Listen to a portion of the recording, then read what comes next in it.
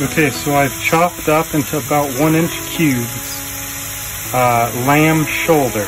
Lamb shoulder roast. We're just gonna put the butter in there and let that melt real good, and we're gonna stir it occasionally until we have nice brown seared sides on all the cubes of lamb.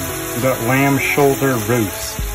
Okay, so it's getting there. You want to wait till it's like kind of golden brown. You know what I mean?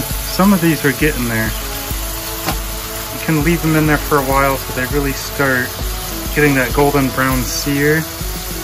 And if you have to take some out and set them aside for a little bit so that you can have more contact with the heat, you could do that as well. Okay, you see those nice golden brown pieces? The other ones are a bit like that as well. So I'm going to turn the heat off and set these aside. And then next we're going to add in the veggies. Okay, so there's the lamb braised golden brown, and we have the carrots, celery, and onion. So I just sort of chopped up the onions, sort of medium, small, carrots, same sort of story, and then the celery. So we're gonna put all these into the pot. And turn the heat on medium-low. The celery and the carrots.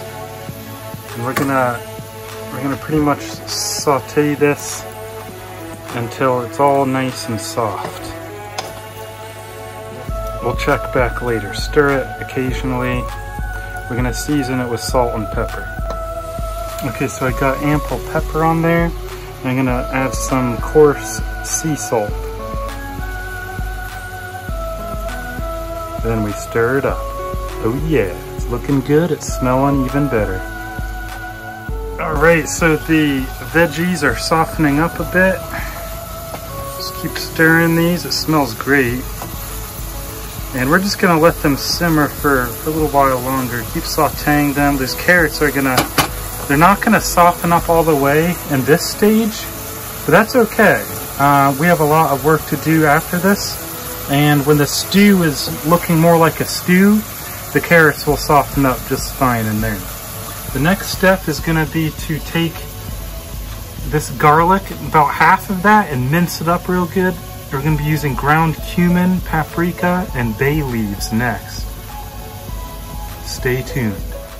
Alright, so the veggies are just about ready for the next step. They're nice and soft, and it's smelling very fragrant. Over here we have cumin powder, paprika, minced garlic, and tomato paste. We're gonna add that in here. So there it is. We're gonna give it a good stir. Work that tomato paste in, really stir it around. All right, so here's what it looks like after it's been stirred in, mixed around real good. It's like a thick paste. We wanna keep this on low heat and let it simmer for a little while longer. Just about 2 more minutes.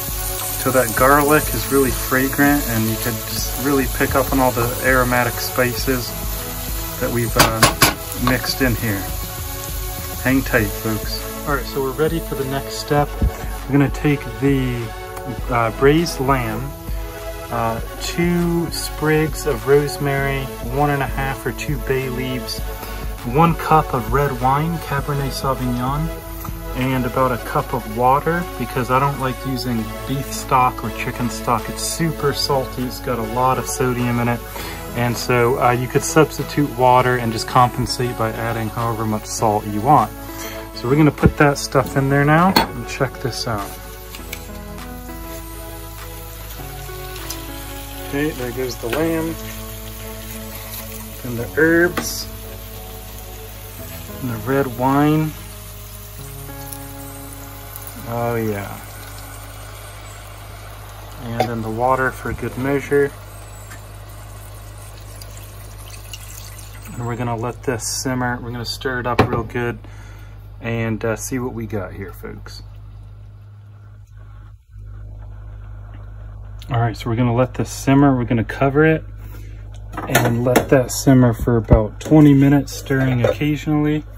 And guys, it is smelling so good in here right now. I wish you could smell this.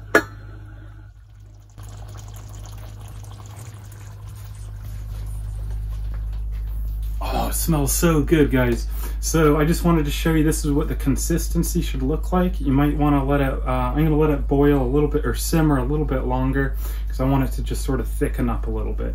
And so you could stir it a little bit, keep that lid on, and if you want, you could throw in a little all-purpose flour, and that should thicken up a little bit more because we're making a stew, not a soup.